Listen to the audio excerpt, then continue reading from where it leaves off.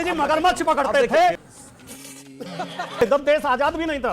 आजादी 2014 में मिली है, तब हिमालय में बर्फ भी नहीं पड़ती थी, हिंद महासागर में पानी भी नहीं था और हवा तो चलती ही नहीं थी। अच्छा, धूप भी नहीं निकलती थी। मोदी जी सूरज लेके आए, मोदी जी चांद लेके आए, मोदी जी ने हिमालय बनाया, मोदी जी ने समुद्र बनाए। अब जो कुछ हुआ 14 के बाद हुआ।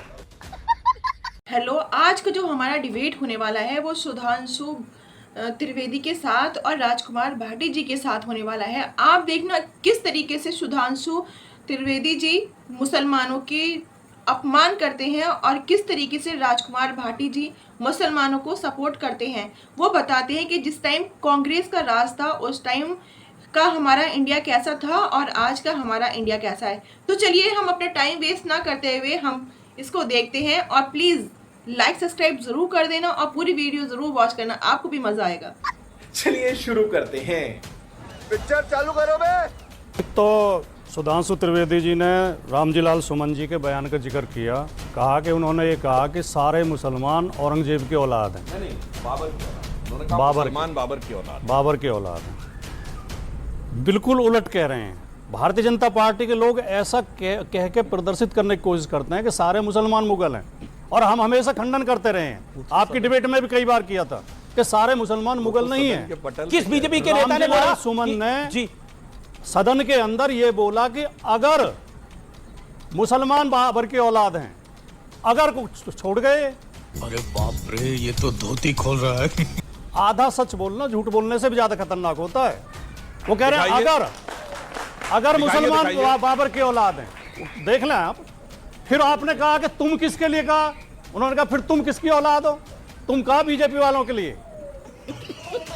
अच्छा, क्योंकि ये बीजेपी वाले ही तो कहते हैं हम महापुरुष लेकिन बीजेपी वाले आपने हमारे देश का प्रधानमंत्री इतने दोगले हैं कि उन्हें खुद नहीं पता कि उन्हें क्या बोलना है और क्या नहीं बोलना है। योगी जी कुछ कहते हैं और मोदी जी कुछ कहते हैं और अमित शाह कुछ कहते हैं। मतलब तीनों की, कभी वो मुसलमानों को अच्छा कहते हैं, कभी वो मुसलमानों को बुरा कहते हैं। द्वेष फैलाता हुआ नहीं मिलेगा। ये बड़ी अच्छी बात कही है। हिंदू मुसलमान के बीच नफरत फैलाता हुआ नहीं मिलेगा। इनके लोग क्या करते हैं, मैं इनके दो सर्वोच्च नेताओं के बयान आपको बताता हूं जो इस समय सोशल मीडिया पे चल रहे हैं और कोई देखेगा उस पर यूट्यूब वगैरह मिल जाएंगे। मोदी जी कह रहे हैं मेरा घर मुसलमानों के बीच में था, ईद पर हमारे घर मुसलमानों के घरों से खाना आता था, हमारे घर में खाना नहीं बनता था ईद के दिन। मोदी जी कह रहे हैं। योगी जी कह रहे हैं 100 मुसलमानों के बीच में भी अगर 50 हिंदू रहते हो तो वो सुरक्षित नहीं है। अब मुझे सुधांशु भाई ये बता दें, मोदी जी का बयान सही है कि मुसलमानों के घर से उनके घर ईद पे खाना आता था, उनका चूल्हा ही नहीं जलता था, मुसलमानों के बीच में वो सुरक्षित थे, कोई खतरा नहीं था। क्या योगी जी सही कह रहे हैं कि हिंदू सुरक्षित नहीं है? बहुत अच्छा इन्होंने सवाल किया, बहुत अच्छा सवाल किया। मैं बिल्कुल जवाब देता हूं। जब मोदी जी बच्चे थे तो तब तक मुसलमानों को इतना सर पे नहीं चढ़ाया था। ओहो, और वो तब तक के नहीं था। हमने कहा जब मोदी जी जब हिमालय में बर्फ भी नहीं पड़ती थी, हिंद महासागर में पानी भी नहीं था और हवा तो चलती ही नहीं थी। अच्छा, धूप भी नहीं निकलती थी।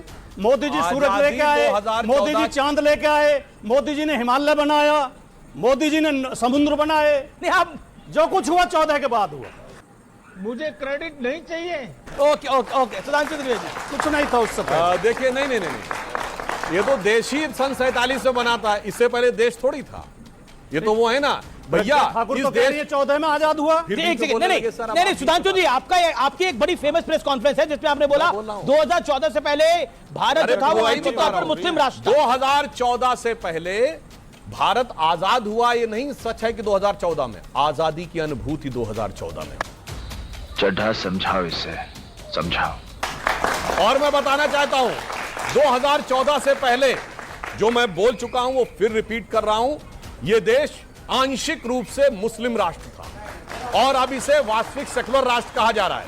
अगर मेरे बयान पर किसी को आपत्ति है तो दुनिया में एक सेकुलर देश बता दे जहां ट्रिपल तलाक, हलाला, मेहरम, हज सब्सिडी, वक्फ बोर्ड और अगर शरिया और सुप्रीम कोर्ट में मतभेद हो जाए यानी शाबानो केस, तो देश की संसद सुप्रीम कोर्ट के निर्णय को रौंद कर शरिया को सुप्रीम कोर्ट से ऊपर कर दे।